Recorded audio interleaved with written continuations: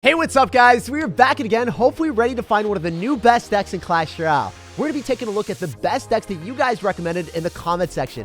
I read the comments every single day, and you guys are always suggesting decks for me to try, so I was like, hey, let's try them out in a video, rate them at the very end, and tell you guys if I think that there could be any improvements after I play them. So let's go jump straight into some games and assert dominance. Of course, thanks to everyone using creator code SirTag, making new series like this possible. Bubba suggested this Lava Hound Bridge Spam deck. Let's see how it works. All right, so with this deck, we have to pray that we're not playing against an Electro Giant because we don't have a building. And on top of that, we have absolutely no way of killing it. So I don't have a Pekka. I don't have anything besides Dark Goblin damage. So maybe we can hope and pray that he doesn't have Electro Giant. And then if he does have Electro Giant, he doesn't use Tornado or arrows. If the Dark Goblin stays alive for a longer period of time, that would be awesome. But we're forcing out a ton of elixir here. Are we going to be able to finish off that Spear Goblin? That little Steven the Spear Goblin is going to put in a ton of pain and suffering to us. I want to go for a log because I believe in the bats. Maybe I'm wrong believing in the bats, but nope. Comes up clutch. If I had arrowed that, might have even taken a Valkyrie hit there. So worked out pretty well. I'm going to go in for the Lava Hound in the back because we are up a lot of elixir. And this is the type of matchup that you want to be playing when you have Lava Hound. So I'm not going to show a matchup against Electro Giant or anything else like that. I guess we got pretty lucky with the first game. Maybe we can go for like a Bandit on top of the Magic Archer and then potentially arrow depending on what happens. Oh, that was such a good play on our opponent's end. He spent a lot of elixir, though. So I'm going to wait for the Magic Archer, and I'm going to snipe everything with bats off to the side. And the bats will go towards the bomb tower afterward, too. You know what? This is really uncomfortable for my opponent. It's uncomfortable for me, too, though. Who's going to get screwed over harder? If I balloon on the left-hand side and then I arrow away bats or spear goblins, we're vibing. The Dark Prince is putting in so much work because he Valkyried in the other side, not expecting me to have a bridge spam deck. The Lava Hound balloon is dominating him in every single angle. The balloon on the left-hand side because he had to go in for... Oh, my gosh. He's just mentally destroyed. I just want to go home. When you have that happen, you can't come back, right? So I guess this Lava Hound deck does work really well into situations where you play against someone that has a Tornado, Magic Archer deck, and has to save the Valkyrie. Because a lot of times they'll be like, okay, it's a Lava Hound deck. Don't have to save the Valkyrie. There's no way he's going to bridge spam me with the Dark Prince and a Bandit. But when I was able to do that on the right-hand side, we screwed up his entire card cycle. We made his mental get decomposed, and he doesn't even know what to do anymore. Like, this is going to probably 3-crown him. But yeah, we've won the game. Feels pretty good, man. He doesn't have any elixir.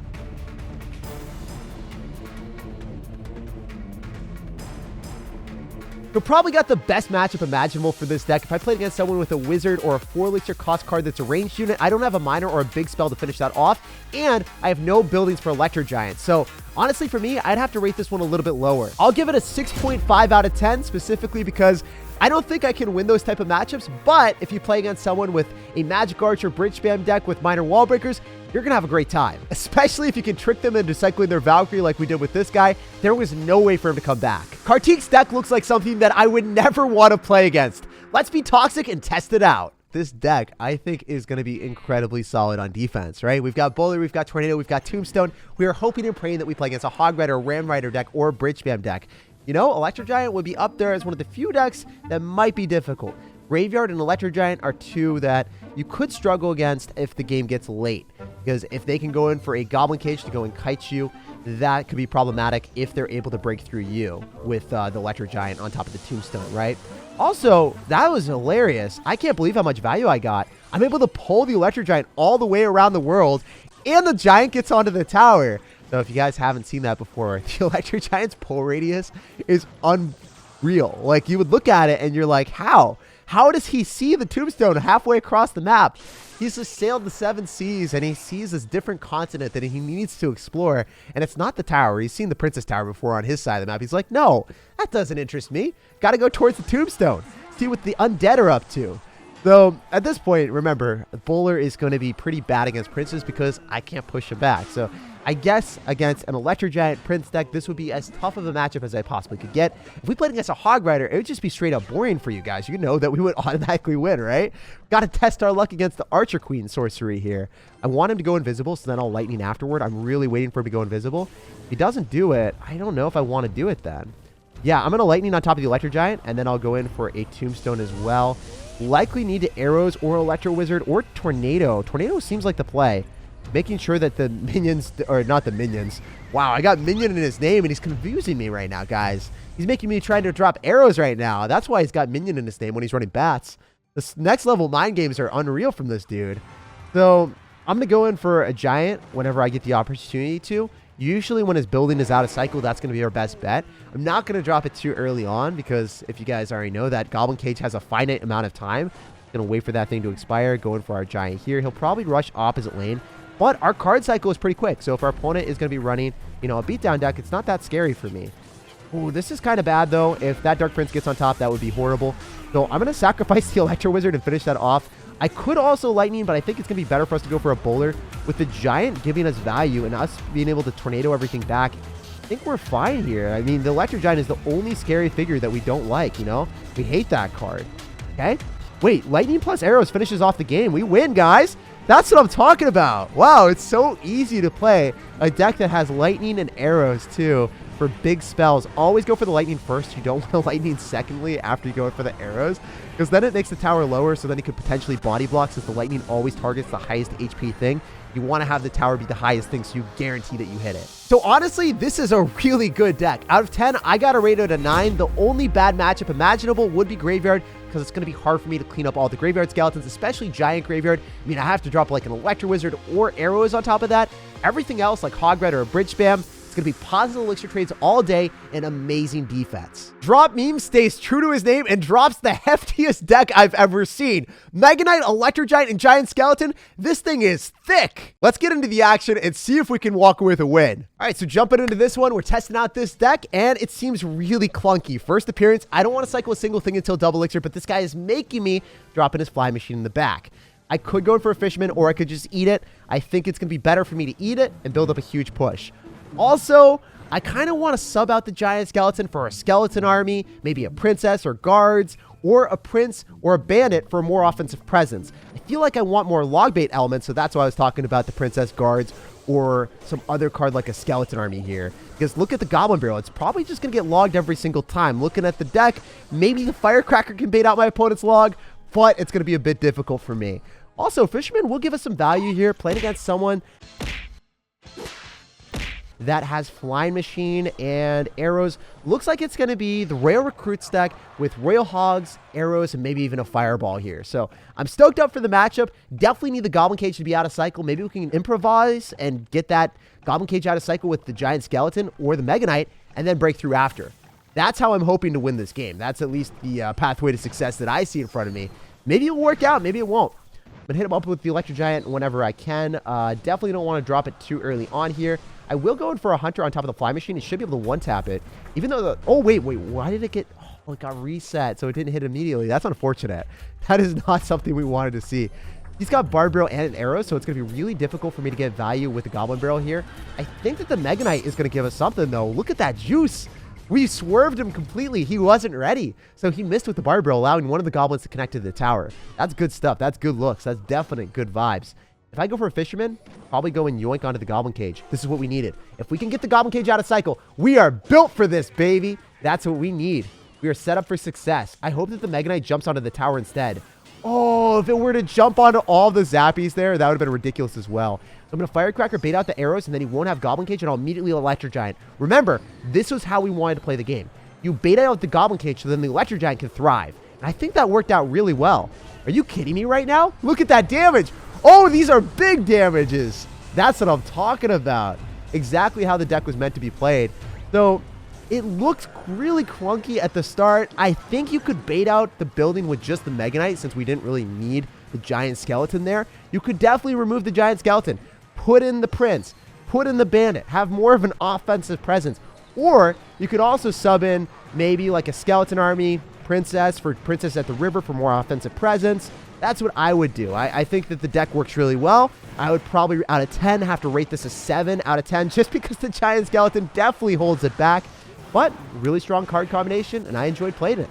Also, the element of the surprise because of the Electro Giant when people don't expect it, since they already see Mega Knight and a Giant Skeleton, maybe they'll think Royal Giant, or maybe they'll just be like, okay, there's no way he's got another huge tank in this deck for 3 massive tanks upwards of 6 Elixir. I mean, this element of surprise with the Electro Giant at the river definitely will catch people off guard and win you games just like this one. 7 out of 10 would definitely rate it higher if we could remove the Giant Skeleton. Woox's Pekka Mortar deck is a cool card combination that I haven't seen in a long time. Let's see if it still works. All right, next deck. Honestly, I'm really enjoying this change of pace, switching up decks every single game. Let me know down below in the comment section if you guys are enjoying this series, if you guys like me switching decks as often as I have been.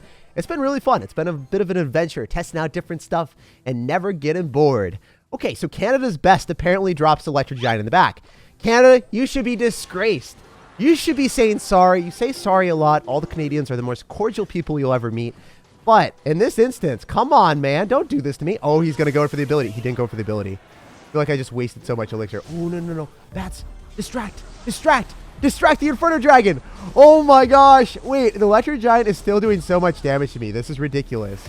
Maybe we can kill the Inferno Dragon in time, and then I can go for a Mortar. So the struggle that I have with this deck that I'm playing right now is, if you look at it, how are you reliably supposed to get damage?